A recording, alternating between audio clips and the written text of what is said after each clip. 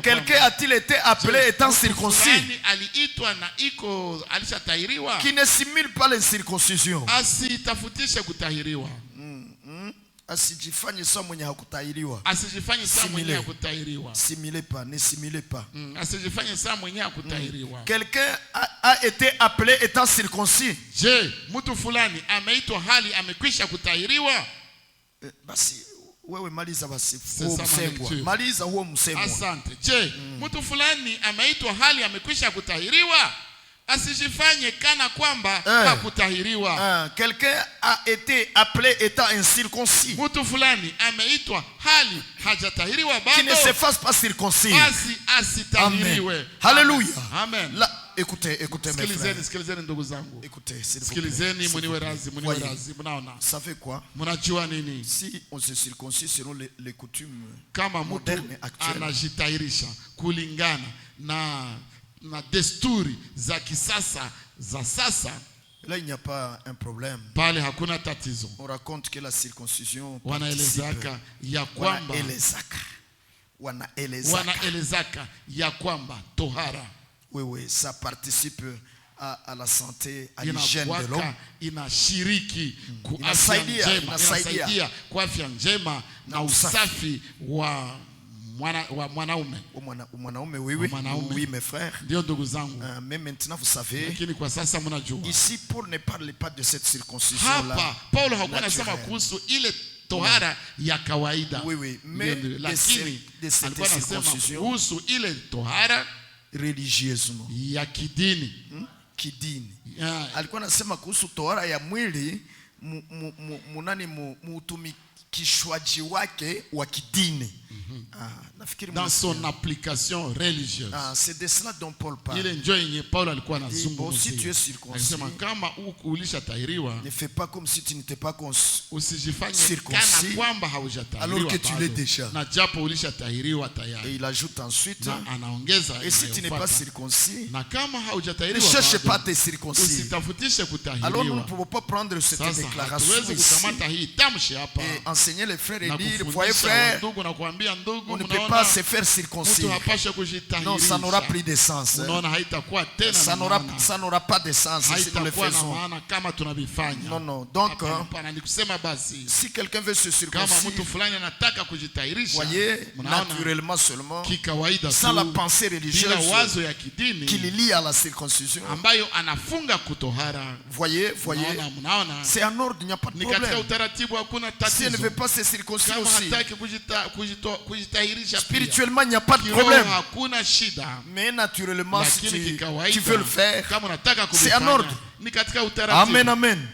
J'avais lu quelque part dans la Bible ici que la circoncision est utile pour beaucoup de choses. Nilisomaka fasi fulani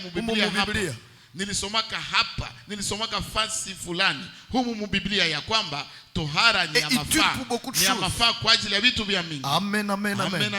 Ainsi si on veut se faire circoncire, kama basi mtu anataka kujitahirisha bila wazo ya kidini lié à cela, ambayo inafungamana na ile, mais simplement le naturel, lakini tu vya kikawaida, c'est un ordre, ni katika utaratibu. Que Dieu soit loué. Kweli Mungu asifiwe. La circoncision n'est rien. Tohara si kitu. Donc dans le monde spirituel, kusema mulimwengu wa kiroho, dans le monde spirituel, mulimwengu ya kiroho, la circoncision n'est rien. Kutahiriwa si kitu. Et l'incirconcision n'est rien. Na kutahiriwa si kitu. Mais ce qui est tout, c'est d'observer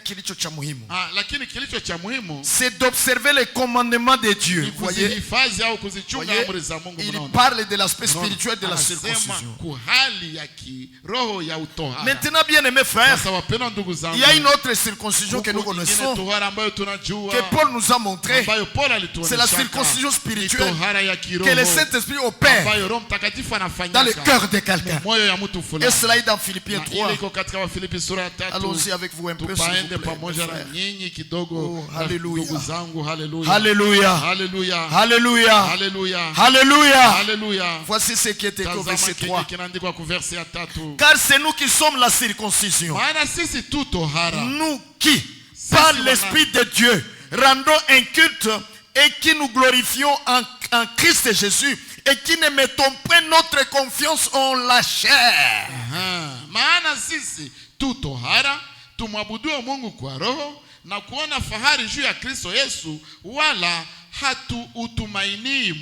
Voyez, là nous avons notre circoncision. C'est la circoncision de cœur. Gloire à Dieu. Gloire à Dieu. Gloire à Dieu. Oui mes frères, oui mes sœurs. Oui, nous avons notre circoncision. Et comme Dieu avait imposé la circoncision à Abraham comme signe de l'alliance qu'il venait de conclure avec lui.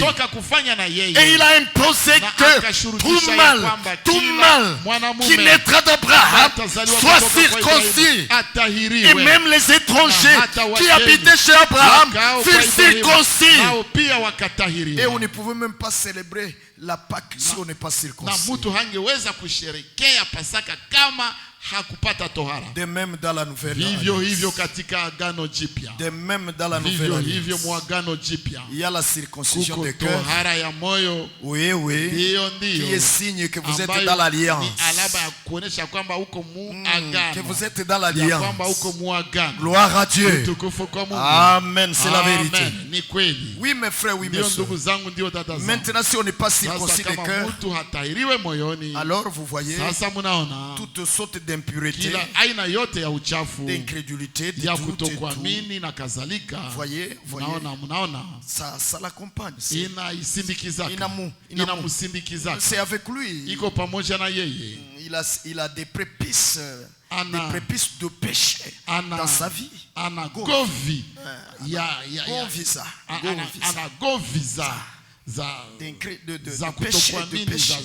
De péché dans sa vie, beaucoup de choses.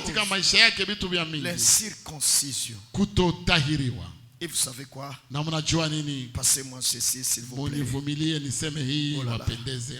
Ou alors je peux l'abandonner cause du fait que nous sommes dans une assemblée mixte. Oui frère. Ya watu wa aina za mingi. Hapana ya mchango ya aina mbalimbali ya watu. Wake na waume, watoto na kadhalika. Pour seulement biffer certaines choses. Tuweza kwa sababu ya ile tuweza tu kuacha vitu fulani kuvinyamazia. Et l'esprit a toutes les capacités pour faire comprendre chacun les choses. Ya kuelewesha kila mtu kila kitu. Vous croiserez peut-être ces choses dans la vie naturelle. Labda mtakutana na vile vitu maisha ya kawaida kwa dunia. Vous ouvrira l'intelligence pour comprendre akili kwa kuelewa dans leur application spirituelle. Matumizi yao ya kiroho. Amen, c'est la vérité. Alors vous voyez frères et sœurs, ainsi frères, nous sommes circoncis de cœur pour prouver que nous sommes dans l'alliance. Celui qui n'est pas circoncis n'est pas dans l'alliance. C'est pour cela que lorsque dans la Bible on refusait de donner leur fille aux incirconcis, kutoa binti zao kwa wale wasiotahiriwa.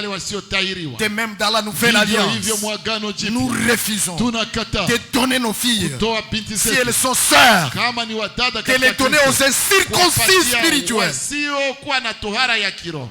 Amen. C'est pour cela que la nouvelle alliance s'unira à la nouvelle alliance. Qu'est-ce que j'ai dit mon Dieu? Excusez-moi. C'est parce que je voulais dire. La nouvelle naissance s'unira à la nouvelle naissance. La nouvelle naissance s'unira à la nouvelle naissance. Recherchera la nouvelle naissance. Frère bien-aimé, nous avons appris, en tout cas nous avons appris par cet apôtre Paul comment on doit se conduire dans la maison de Dieu. Lorsque l'apôtre Paul doit insister toujours en disant que ce soit dans les Seigneurs seulement. Donc se marier c'est dans les Seigneurs seulement. Et c'est ainsi que Frère Branham pouvait aussi dire. Vous dites que vous devez vous marier à une personne qui croit totalement comme vous le faites. Il dit parce que si vous ne le faites pas et que vous prenez autre chose que ça, il dit vous allez payer de cela dans les temps qui sont devant toi. Alors voyez, nous craignons. Et nous faisons quelque chose. Non par crainte de punition. Mais par amour à Dieu. Par obéissance à Dieu. En tant qu'enfant obéissant. Nous n'obéissons pas à notre Père parce que nous avons peur qui va nous frapper. Nous lui obéissons par respect. Amen. Par amour. Amen. Amen. Et c'est de la même façon que nous connaissons. En Dieu. En Dieu. En Dieu. Si on bénit son nom du Seigneur Jésus. Amen, amen, amen, amen. Alors écoutez ceci mes frères. Amen. Amen. Oui, je suis là-bas, j'étais là-bas au verset 17. Alléluia. Alléluia.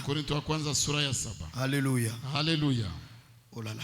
Oh là là. Oh, Dieu est bon. Oh, kweli Mungu ni mwema. Que l'on soit circoncis, verset 19. Verset 19 basi. Que l'on soit circoncis ou non. Kutahiriwa au hapana. N'a aucune importance. Haina ta muhimu yoyote. Et c'est vrai. Jeni kweli. Spirituellement. Kiroho. Aucune importance. Haina ta muhimu yoyote. La circoncision de chair. Pas du cœur. Mais de chair. N'a aucune importance spirituelle. Ça ne change rien. Ça n'ajoute rien dans la spiritualité de quelqu'un. Que l'on soit circoncis ou non n'a aucune importance. Ce qui importe, c'est l'obéissance au commandement de Dieu.